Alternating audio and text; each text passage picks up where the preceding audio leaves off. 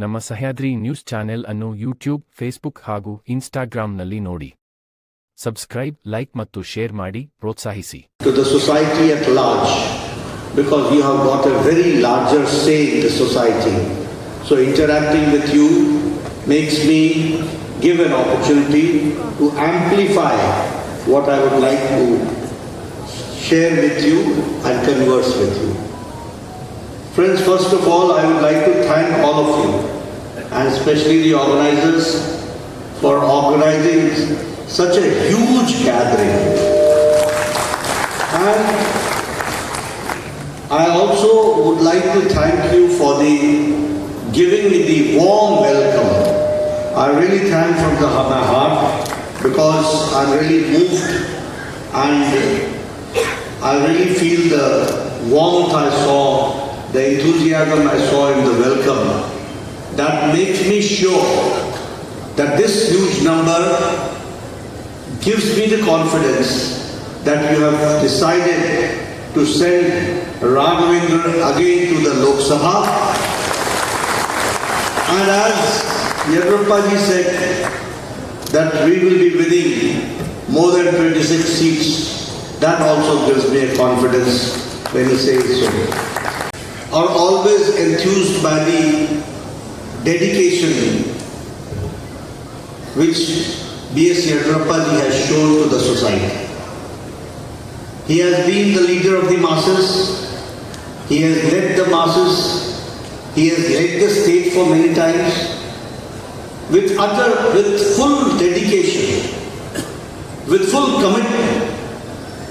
So I feel privileged when I see our senior leaders like B.S. Yadurappa, that enthuses us and that gives us inspiration to work for the society with our commitment. Sabka saath, sabka vikas, sabka vishwas, sabka prayas. They talk about the division of north and south. And when I am here, I feel pain when I come to know that one of the member parliament of Karnataka form. But I will start from one note. That on one hand there is Bharatiya Janata Party, which is being led by Prime Minister Narendra Modi. We all know that India is becoming stronger day by day, year by year. Things have changed. But it is very sad to note that on the other hand, the India alliance, the alliance which has got no perspective, no objective, no direction, they are so frustrated that they are trying to build divisive forces and encourage divisive forces. But we are united. We respect diversity. We respect the regional aspirations. And taking the regional aspirations into account and bringing country together, that is the real motive. And so we stand united, and that we always understand. And I can assure you, when we talk about the Namma, the statue in Bangalore, it is not only Namma, the statue which is there. It is the magnificent work which he has done, and the country should know, and that is how we have to understand. When I talk about when PM Modi quoted Dr. Ramchandra Bendreji's poem in Man Ki Baat, it makes us understand that how the regional aspirations and our national level poets are being recognized at the national level. So this is what we have to understand.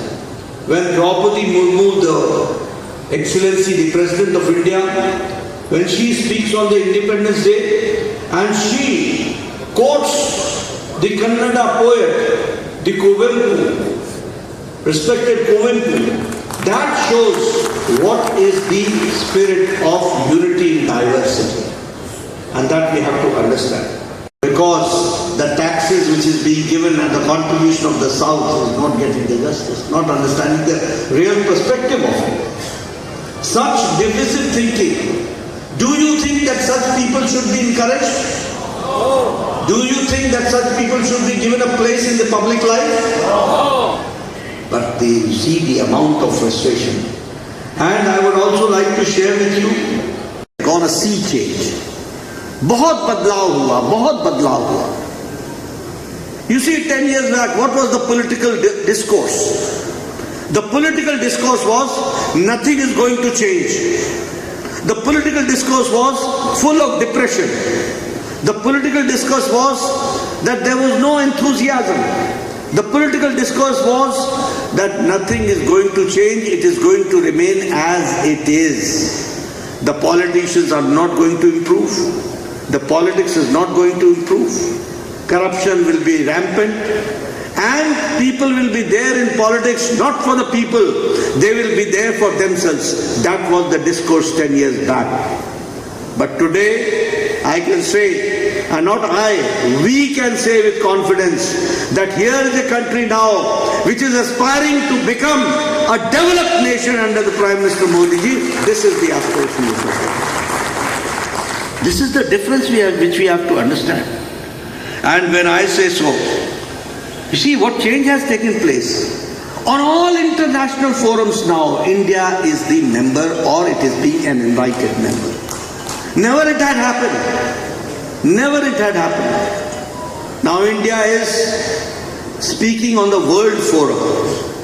There is no World Forum left. G7, G20, Quad, BRICS, I2, U2. All international forums. Now India is a member or is an invited member, and Prime Minister Modi's voice becomes the voice of the world. That we have to understand. You see how our international relations were going on 10 years back? 10 years back, I would like to share with you what was the relationship with our neighbors. Were we trying to show them to be that we are big brothers? Trying to bully with our neighbors? No. Under Prime Minister Modi, we were always there to help and to cooperate with our neighbors. And I would like to share with you that the first visit Prime Minister Modi had was the visit to Bhutan. And I would also like to share with you that Prime Minister went to Nepal. And can you imagine that we will, 17 years after 17 years the Prime Minister had visited Nepal? Can you imagine that Sri Lanka, after 28 years Prime Minister Modi visited, no Prime Minister had visited for the last 28 years? This all shows that how we were treating our neighbors, how we were looking towards our neighbors. Prime Minister Modi took 100 visits, more than 100 visits abroad and visited more than 60 countries. And he saw to it that the voice of America, voice of India and voice of the people of the India should echo in every part of the world in the right perspective. That was the thinking which he undertook. I would also like to share with you, as I said, that all organizations, all international organizations, India has been the member and now raising its voice. Prime Minister Modi has changed the political culture of the country. 10 years back, politics and discussion and discourse was who is from which caste, who is from which region, who is the candidate, which part he belongs to, whether he represents the upper caste or the lower caste, what is his likes, dislikes. The country, the polity was divided in castes. The polity was divided in religions. But here, under Prime Minister Modi, I can say, सबका साथ, सबका विकास, सबका विश्वास, सबका प्रयास, सबको साथ लेकर के चलने का, this politics and politics of development, politics of accountability, report card politics. What we said, we did. What we didn't say, we also did. That we have to make it understand. So the politics, the culture changed, the definition of politics has changed now. You see, if Raghavendra ji talks, he talks about what he did in the last 5 years. If Yediyurappa ji talks, he talks what he did for Karnataka. But I can assure you that when Siddaramaiah will talk, he will only talk about the divisive part, and he will talk about religion and caste, nothing beyond that. That you have to understand. This is the difference which we have to understand. Only divide, divide, divide. But Modi introduced the politics of development, politics of going forward, politics of taking all together. That cohesiveness always developed. Here I would also like to share on the economic front, and I would like to share with you, after the pandemic of Corona and after the Ukraine war, even economies of America is in doldrums. Even economy, last 2 days back there was a news that the GDP has fallen in America in the first quarter. It's a news. Europe, the economy is in doldrums. Russia, it is in problem. Japan, it is in problem. China, it is in problem. But the only bright spot for all economists is India. It is the bright spot. And you will be happy to share, I will be happy to share with you that India's economy, 10 years back we were number 11th. The Indian economy, the size of Indian economy was 11th. And now we have taken a long leap and we have defeated Britain, who ruled us for 200 years. We have overtaken them and now we are the 5th largest economy of the world. And make Raghavendra again the MP and make Prime Minister the 3rd time Prime Minister, we will be number 3 in the Indian economy by 2026-27. This is the difference that we have to understand. And when I say so, I talk about the per capita income, I talk about the defense exports, I talk about the pharmaceuticals. You will be happy to note that India now is the world's dispensary. Our export has increased by 138%. We are the country who's making the medicine which is cheapest and most effective medicine is being produced and manufactured in India. And the percentage of export has increased to 138%. Petrochemicals, our export has increased by 106%. In toy industry, you will be happy to note that our exports has increased 3 times. 10 years back, you used to bring Ganesh ji to your houses for puja. That Ganesh ji, there was a label put beneath that Ganesh ji and it was written, made in China. Even Ganesh ji used to come from China. Now the toy industry and all types of images which is being rebuilt, India is now, the export has increased by 3%, but 3 times more. I would like to share with you, automobile industry. In your younger days, you must have heard about Datsun, Toyota, all Japanese cars. India has defeated Japan and now we are 3rd largest automobile market in the world. 3rd largest. Only America and China is ahead of us. This is the situation which has come up. So may it be petrochemicals, steel, we were number 4 in manufacturing. Now we are number 2 in manufacturing. This is the size of economy which is growing. I come from village. I have seen my younger days.